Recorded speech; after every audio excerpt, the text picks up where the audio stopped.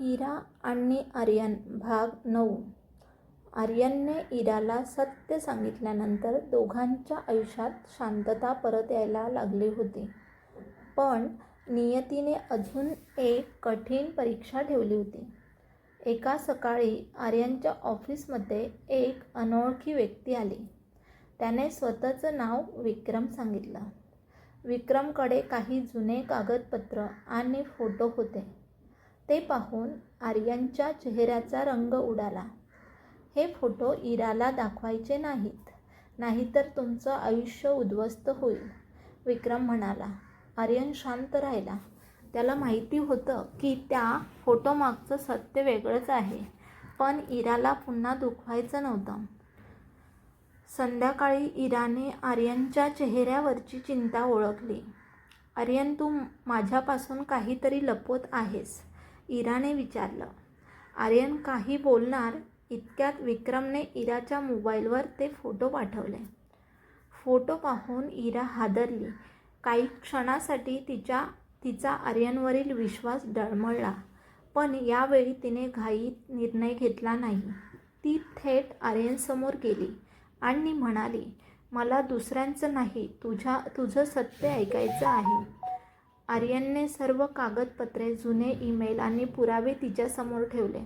तेव्हा इराला समजलं की विक्रम एका मोठ्या व्यावसायिक कटाचा भाग होता आणि आर्यनला बदनाम करण्यासाठी हे सर्व रचलं गेलं होतं. इराने आर्यनचा हात हातात घेतला. यावेळी मी तुला कधीच एकटं सोडणार नाही. दोघांनी मिळून विक्रमविरुद्ध पुरावे गोळा करण्याचा निर्णय घेतला. पण त्याच रात्री विक्रमने शेवटचा डाव खेळला. त्याने आर्यनचं अपहरण करण्यासाठी काही लोकांना पाठवलं. रात्री उशिरा आर्यन ऑफिसमधून घरी निघाला. रस्ता निर्मनुष्य होता. अचानक एक काळी गाडी त्याच्या समोर येऊन थांबली. काही माणसं बाहेर उतरली आणि त्याला जबरदस्तीने गाडीत बसून घेऊन गेली. आर्यनचा फोन रस्त्यावर पडला होता. काही वेळाने इरा त्याला फोन करत होती, पण फोन लागत नव्हता. ती घाबरली. तेवढ्यात तिला लोकेशन शेअरिंगमुळे आर्यनचा शेवटचं लोकेशन दिसला. ती ताबडतोब तिथे पोहोचली. रस्त्यावर पडलेला आर्यनचा मोबाईल पाहून तिच्या पायाखालची जमीन सरकली. आर्यन संकटात आहे, ती स्वतःशीच म्हणाली. इराने लगेच पोलिसांना माहिती दिली. निरीक्षक देशमुख यांनी तक्रार नोंदवली आणि तपास सुरू केला. दरम्यान आर्यनला एका जुन्या गोदामात कैद करून ठेवण्यात आलं होतं. तिथे विक्रम त्याची वाट पाहत उभा होता. माझ्या मार्गात आलास त्याची ही शिक्षा आहे, विक्रम हसत म्हणाला. आर्यन शांतपणे म्हणाला, सत्य कितीही लपवलंस तरी एक दिवस ते बाहेर येणारच. विक्रमने आर्यनकडून काही महत्त्वाच्या कागदपत्रांवर सही करून घेण्याचा प्रयत्न केला, पण आर्यनने स्पष्ट नकार दिला. दुसरीकडे इराला एका CCTV कॅमेऱ्यात काळ्या गाडीचा नंबर दिसला. त्या नंबरच्या आधारे पोलिसांनी गोदामाचा शोध लावला. इराही पोलिसांसोबत तिथे पोहोचली. गोदामात पोलिसांनी धाड टाकताच विक्रमचे साथीदार पळून गेले. गोंधळात विक्रमने इराला ओलीस धरलं. क्षणभर सगळे थबकले. आर्यनने धाडसाने विक्रमला धक्का दिला. इराची सुटका झाली आणि पोलिसांनी विक्रमला बेड्या ठोकल्या. इराने धावत जाऊन आर्यनला मिठी मारली. तुला काही झालं असतं तर मी स्वतःला कधीच माफ केलं नसतं, ती डोळ्यात पाणी आणून म्हणाली. आर्यन हसत म्हणाला, जोपर्यंत तू माझ्यासोबत आहेस तोपर्यंत मला कुणाचीच भीती नाही.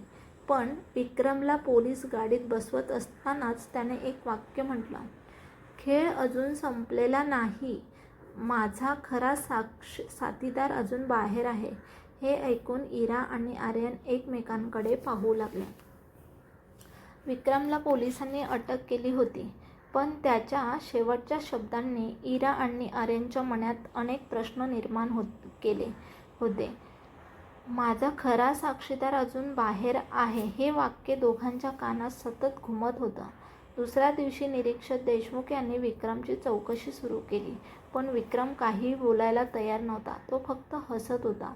तेवढ्यात पोलीस स्टेशनमध्ये एक पार्सल आलं. त्यावर फक्त एकच नाव लिहिलं होतं, आर्यन पार्सल उघडताच आत एक जुना फोटो, एक चावी आणि एक चिठ्ठी होती. चिठ्ठीवर लिहिलं होतं, सत्य शोधायचं असेल तर जुन्या वाड्यात ये, पण एकटाच. इराला हे पाहून धक्का बसला. आर्यन हा नक्कीच सापळा आहे. तू तिथे जाऊ नकोस. आर्यन म्हणाला, जर मी गेलो नाही तर या खेळामागचं सत्य कधीच समोर येणार नाही. रात्री आर्यन गुपचूप त्या जुन्या वाड्याकडे निघाला, पण त्याला न सांगता इराही त्याच्या मागे गेली. वाड्यात सर्वत्र अंधार होता. धूळ, कोळ्याची जाळी आणि विचित्र शांतता. आर्यनने चावीने एक बंद खोली उघडली. आत एक कपाट होतं. कपाट उघडताच त्यात अनेक जुनी कागदपत्र, फोटो आणि एक डायरी सापडली. डायरीच्या पहिल्या पानावर लिहिलं होतं, जर ही डायरी तुझ्या हातात आली असेल तर समजा तुमच्या सर्व संकटांचं खरं कारण आता समोर येणार आहे. तेवढ्यात वाड्याचा दरवाजा जोरात बंद झाला. कोणीतरी बाहेरून कुलूप लावलं होतं. अंधारात एका अनोळखी व्यक्तीचा आवाज घुमला, आता तुम्ही दोघं इथून जिवंत बाहेर जाणार नाही. इरा आणि आर्यन एकमेकांचा हात घट्ट पकडून उभे राहिले. जुन्या वाड्याचा दरवाजा बाहेरून बंद झाला होता. अंधारात इरा आणि आर्यन एकमेकांचा हात घट्ट पकडून उभे होते. घाबरू नकोस इरा, आपण इथून नक्की बाहेर पडू, आर्यन शांतपणे म्हणाला. तेवढ्यात वरच्या मजल्यावरून कोणाच्या पावलांचा आवाज ऐकू आला. दोघेही सावधपणे त्या दिशेने जाऊ लागले. एका खोलीत मंद प्रकाश दिसत होता. आत गेल्यावर त्यांना एक वृद्ध व्यक्ती खुर्चीवर बसलेली दिसली. तुमची वाट पाहत होतो, तो म्हणाला. आर्यनने आश्चर्याने विचारले, तुम्ही कोण? वृद्धाने स्वतःची ओळख सांगितली. माझं नाव रघुनाथ, मी तुझ्या वडिलांचा विश्वासू माणूस होतो. अनेक वर्षापूर्वी त्यांच्या विरोधात मोठं षडयंत्र रचलं गेलं. विक्रम फक्त एक प्यादा आहे, खरा सूत्रधार अजूनही मोकाट फिरतोय. हे ऐकताच इरा आणि आर्यन हादरले. रघुनाथने त्यांना एक फाईल दिली. त्यात अनेक पुरावे, बँकेची कागदपत्र आणि काही जुन्या छायाचित्रांचा समावेश होता. ही फाईल सुरक्षित ठेवा, यामध्ये त्या व्यक्तीचा पर्दाफाश करण्याची ताकद आहे, रघुनाथ म्हणाला. इतक्यात खिडकीची काच फुटली आणि एक मुखवटा घातलेला माणूस आत शिरला. त्याने रघुनाथच्या हातातून फाईल हिसकावण्याचा प्रयत्न केला.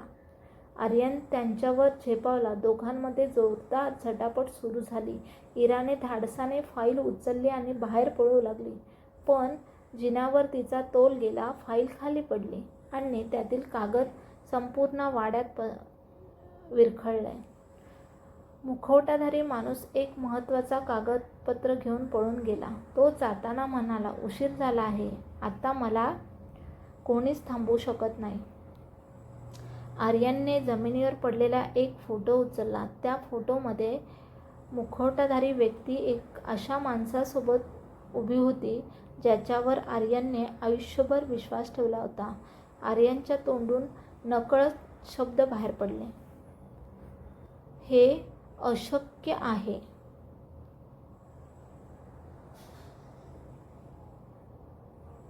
अशा छान छान गोष्टी पाहण्यासाठी चॅनलला सबस्क्राईब करा. धन्यवाद.